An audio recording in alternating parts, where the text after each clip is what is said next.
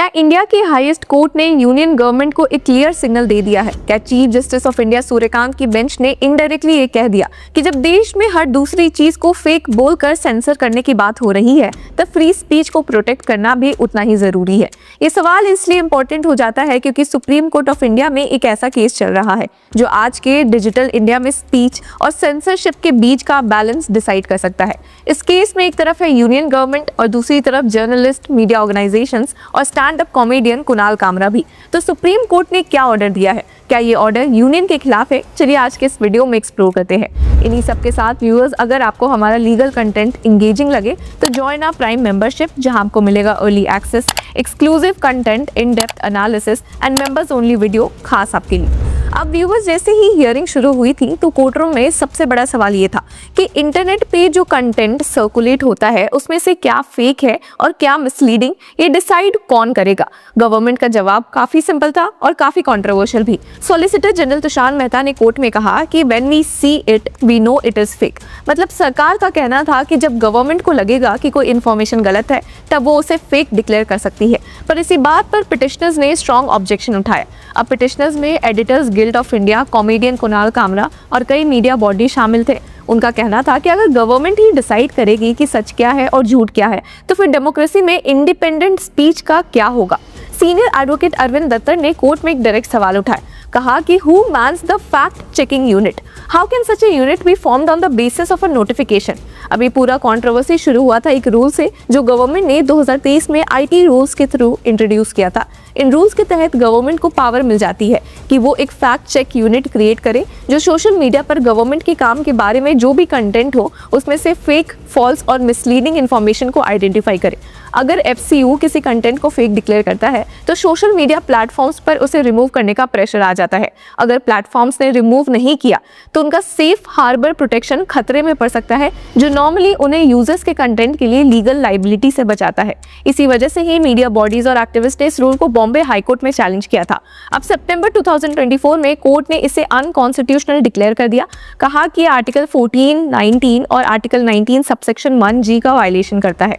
Court ने यह भी ऑब्जर्व किया था कि फेक, फॉल्स और मिसलीडिंग जैसे टर्म्स क्लियरली डिफाइन नहीं है और ऐसे वेग वर्ड्स मिसयूज का रिस्क बढ़ा सकते हैं।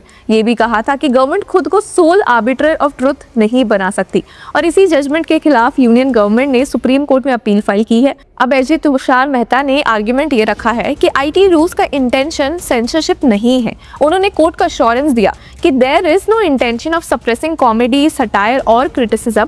The question is of fake and fraudulent news. मतलब गवर्नमेंट का कहना है कि ये रूल्स सिर्फ मिस इन्फॉर्मेशन को टैकल करने के लिए बनाए गए हैं, लेकिन पिटिशनर्स का कंसर्न बिल्कुल अपोजिट है। उनका कहना है कि अगर गवर्नमेंट खुद ही डिसाइड करेगी कि क्या फेक है, क्या सही है, तो क्रिटिसिज्म को भी फेक बोलकर रिमूव करवा सकती है।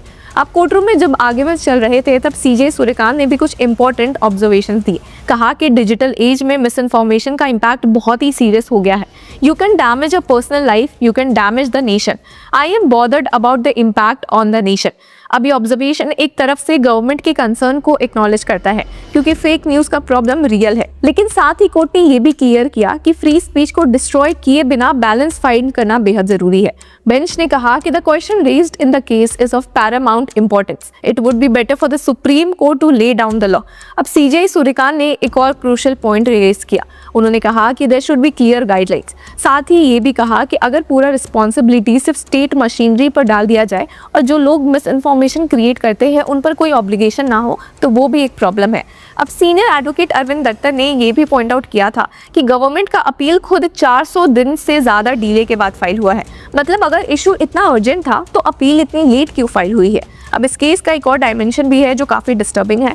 रिपोर्ट्स में ये भी आया कि गवर्नमेंट के सहयोग पोर्टल के मैनुअल्स एक ब्लूप्रिंट की तरह काम करते हैं जिससे बिल्कुल कंटेंट डिलीशंस पॉसिबल हो जाता है। क्रिटिक्स का कहना है कि इससे सेंसरशिप का रिस्क और भी बढ़ जाता है। अभी कोर्ट ने फाइनल वर्डिक्ट नहीं दिया, लेकिन एक इंपॉर्टेंट डेवलपमेंट हुआ। सुप्रीम कोर्ट ने गवर्नमेंट के रिक्वेस्ट को रिजेक्ट कर दिया जिसमें सेंटर चाहता था कि बॉम्बे हाईकोर्ट के इस जजमेंट पर टेम्पररी स्टे लगे। कोर्ट ने स्टे देने से मना कर दिया। इसका मतलब ये हुआ कि अभी के लिए हाईकोर्ट का जजमेंट इफेक्टिव रहेगा और फैक्ट चेक यूनिट का नोटिफिकेशन अभी इम्प्लीमेंट नहीं हो पाएगा। साथ ही बेंच ने नोटिस इशू किया है रिस्पोंडेंट्स को, जिसमें कुणाल कामरा और मीडिया ऑर्गेनाइजेशंस शामिल है। कोर्ट ने उनसे कहा है कि वो 4 हफ्तों के अंदर अपना रिस्पॉन्स फाइल करें। अब सीजे सूर्यकांत ने हियरिंग के एंड में एक और इम्पोर्टेंट स्टेटमेंट दिया, कहा कि we will try to decide the main case. मतलब सुप्रीम कोर्ट इस मैटर को सिर्फ इंटरिम ऑर्डर से नहीं चलाना चाहती। कोर्ट चाहता है कि एक फाइनल जजमेंट दिया जाए जो लॉन्ग टर्म में फ्री स्पीच और मिस इन्फॉर्मेशन के इशू को एड्रेस करे। तो सवाल ये है कि डिजिटल इंडिया के इस एरा में सच का फाइनल जज कौन होगा? क्या गवर्नमेंट डिसाइड करेगी कि फेक क्या है, या फिर कोर्ट्स और इंडिपेंडेंट इंस्टीट्यूशन को ये रोल दिया जाएगा? क्योंकि अगर गवर्नमेंट ही डिसाइड करेगी कि क्या सच है और क्या झूठ है, तो क्रिटिक्स का कहना है कि डेमोक्रेसी में डिसेंट एंड क्रिटिसिज्म का स्पेस कम हो जाएगा। और अगर कोई मैकेनिज्म ही ना हो मिस इन्फॉर्मेशन को कंट्रोल करने का, तो फेक न्यूज़ का फ्लड भी सोसाइटी को डैमेज कर सकता है।